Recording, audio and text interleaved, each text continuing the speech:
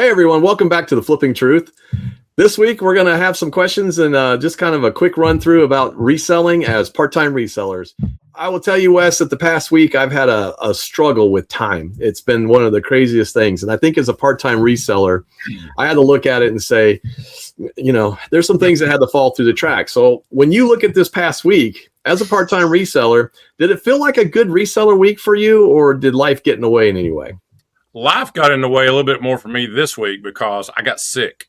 I picked up sinus infection, and then we had all that impending weather coming in, and I ended up picking, like I said, I got sick for 2 or 3 days, and I was out of pocket, and I only started feeling better yesterday. And when I started feeling better, what did I do? I went to Going, Gone, a little retail arbitrage. And I did pick up a few items, and I do have a short little video coming out on that.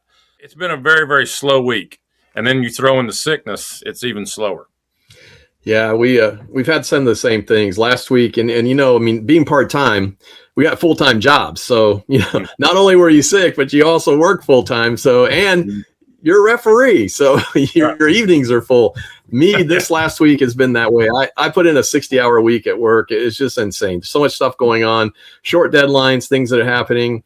All the stuff that I wanted to do for reselling, I was managed to get in the things that were important, which that's probably the next question I'll ask you. But, I got things in that were important, but Sherry had a surgery. I had to have her, and I had to take mother-in-law the things for a doctor appointment. So it just got hard. Last week I did one video and I did the podcast with you guys. So reselling had to take a little bit of a backseat, even though it was like that. But when you do have a busy week like that, what's the most important thing that you do for your reselling business that you fit in somewhere? If you had to do something and cut out everything else, what's the most important thing that you would do?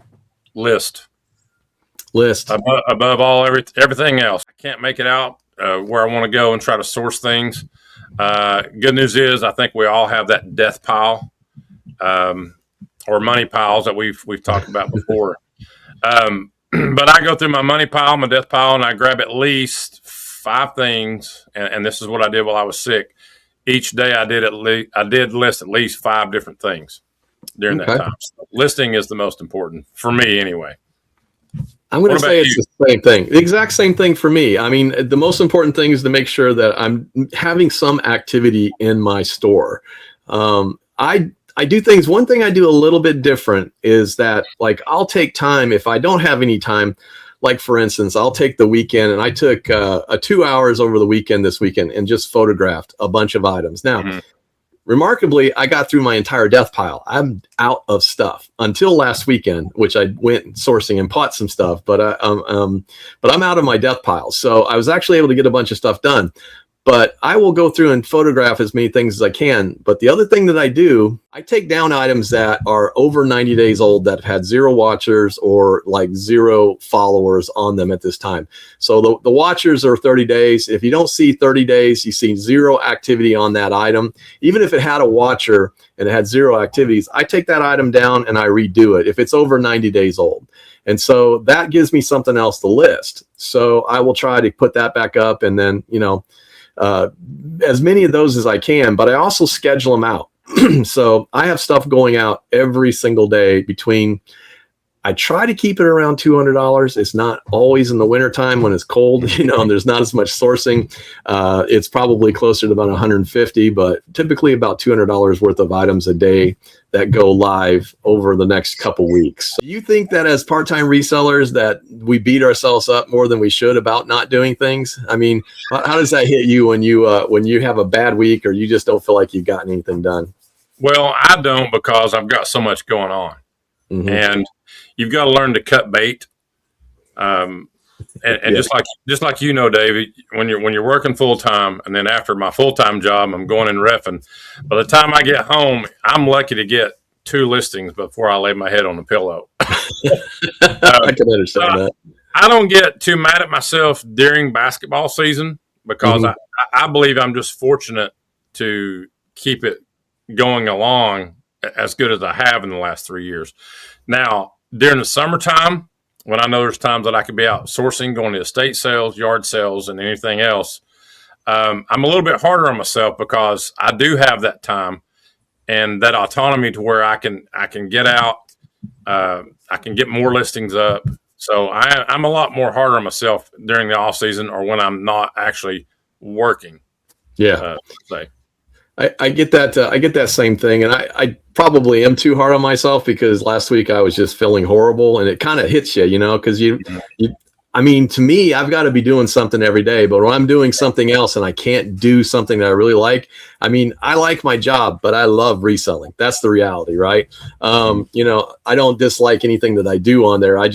I'd rather be doing this if I could, but I couldn't last week, and that's what's hard. So, I probably beat myself up a little more than I should, but I also, look at it too. Like I laid there in bed Saturday morning, and I had that FOMO that hits you, your fear of missing out. And I'm like, it's cold. Nobody's going to be out. And it's right. I went and drove to 5 garage sales. They were horrible. And I said, you know what? The heck with it. I'm just going to go to the flea market. So I went to the flea market. And I'm glad I did, because I met somebody there that buys out storage units. I made a good buy, and I'm going tomorrow night to make a private pick. So awesome. might be buying out about 400 or 500 video games and carded toys and all kinds of stuff. So I beat myself up. I do those things, but then I go out and I make myself feel better. So, but with that question, I'm kind of curious, but I mean, as a part-time reseller, what do you think is a good benchmark to measure yourself against to see if you're really succeeding? Yeah. I like to see, first of all, how many I've sold, the price that I'm getting for those items, what I'm making per item. So those numbers mean a whole lot more to me than just anything else. But I think numbers are definitely important with what you're trying to do. And I'm sure you, Dave, look at numbers as well. What about your numbers? That's one of the things that I do. I benchmark myself against how I've done. I don't look so much as sales per week. I try to look at dollars, but I look at the year over year look, Mm-hmm.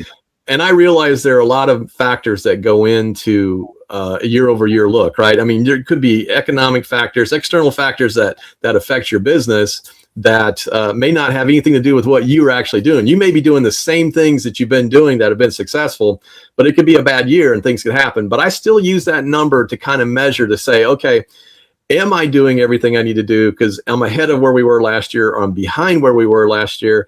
And I kind of look at that as a larger picture, not small. I don't want to look at the week by week thing. I look at it as a quarter by quarter or a month and say, I think we're doing good. I think we're doing great. And, beyond that, I look at the end of the week, and just like anybody else, I look at the how much eBay deposits into my account, right? All right. So I'm like, it pays the bills, it pays for everything. So I'm good, and that's what we kind of look at the end. But do you think that, as far as looking differently for part-timers and full-timers, do you think success looks different to us compared to what a full-timer looks like? 100%. I do. I mean, I know for me, like I said, those numbers, I can't be too hard on myself because I am stretched thin. Mm-hmm. And as resellers and part-time resellers, you have to be realistic what you can get done in an actual day.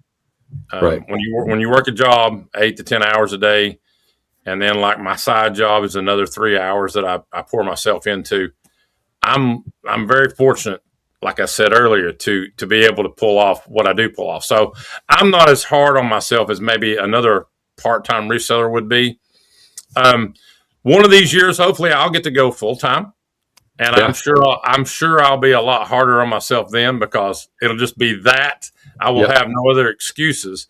But when you have a lot of the irons in the fire, and maybe somebody's thinking about getting into reselling, that's one thing as a part-timer, you need to think about having all these irons in the fire, and are you able to adjust and not be so hard on yourself, because some people really do look at those numbers and crush them really hard, and they're like, oh, I'm terrible. I sold 4 things this week, and that's awful. I look at it and I go, well, I worked every day this week.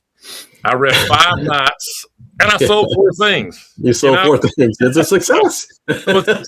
So I think everybody's success is different. Yeah, I think that's probably it too. And I think sometimes we have to measure ourselves with the small wins. I mean, we look at ourselves and say, I had a small win this week. The win this week, maybe I sold something that I wasn't expecting to sell, or something sold out of my inventory that I didn't, that's been in there for a while. So I like to look at that too, because I think sometimes you have to kind of reward yourself, even when things are rough, sales have been slow this week. I got to be honest with you. I think I got barely $110 in sales since Monday. But, I'm not worrying about it. I just look at the little things that I'm doing, and then I go, okay, well, here's what I'm going to do extra. I'm going to go to that private pick tomorrow night. I'm going to get a bunch of stuff. So, those are the kind of things that I look at as saying, well, those are small wins, and I like to look at that. But I guess, that's the one thing is I've stopped worrying about I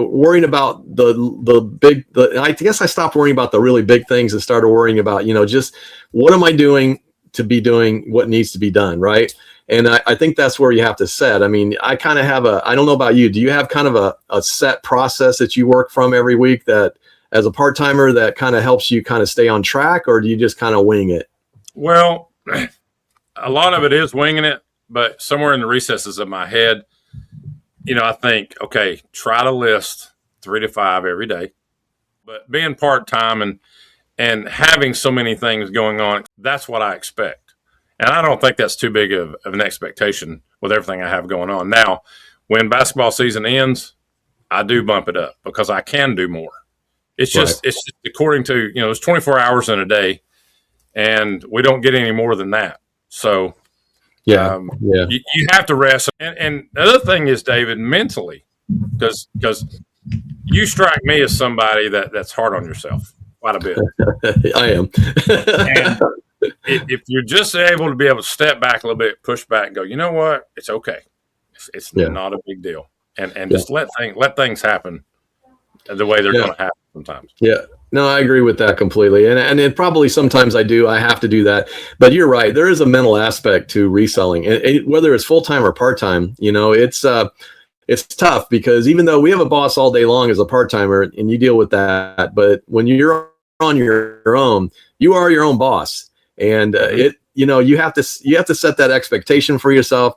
I'm a person that likes to work from a task list. I'll do that, or I'll have I use this. I set up tasks to say, these are my daily things I have to do, but I can't get to all of them sometimes. It's just you run out of day. And, I like to be in bed by 10 o'clock, so get some decent sleep. So I think that's one of the struggles, and it's just kind of the reality of working yourself, through those kind of things. And, I'm with you. I'm hoping that it's not, my plan is I hope to retire in, 3 to 5 years minimum, and kind of move on to that full-time deal and make this, make it a permanent thing. So that's the long-term goal. So, well, that's a pretty good list of stuff. I mean, I think the hardest thing about being a part-time reseller is managing time. It's also managing what success looks like. And I think when you start to look at it, you got to figure out,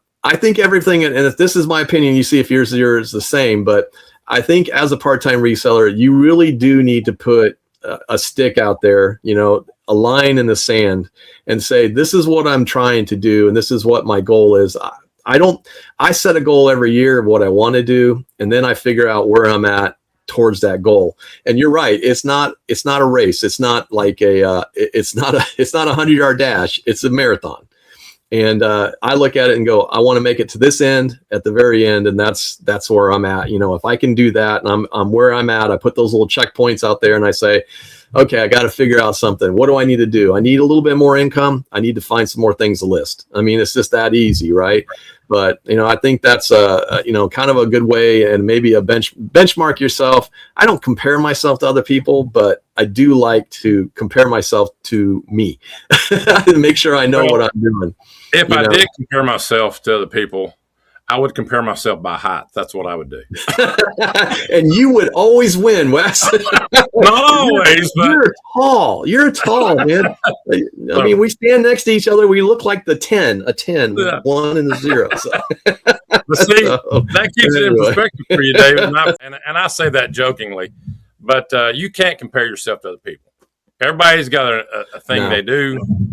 And I just try to be a genuine person, and I pull for everybody. Hopefully, I'll have some. No, I do the same thing, and I celebrate other people's success every time they say something, leave comments on the page, or I hear of their channel. I mean, I love it. I mean, I want to see everybody be successful. I know, we're in the same business basically, but we're not competitors. We're all partners in this, and that's the way I kind of look at it.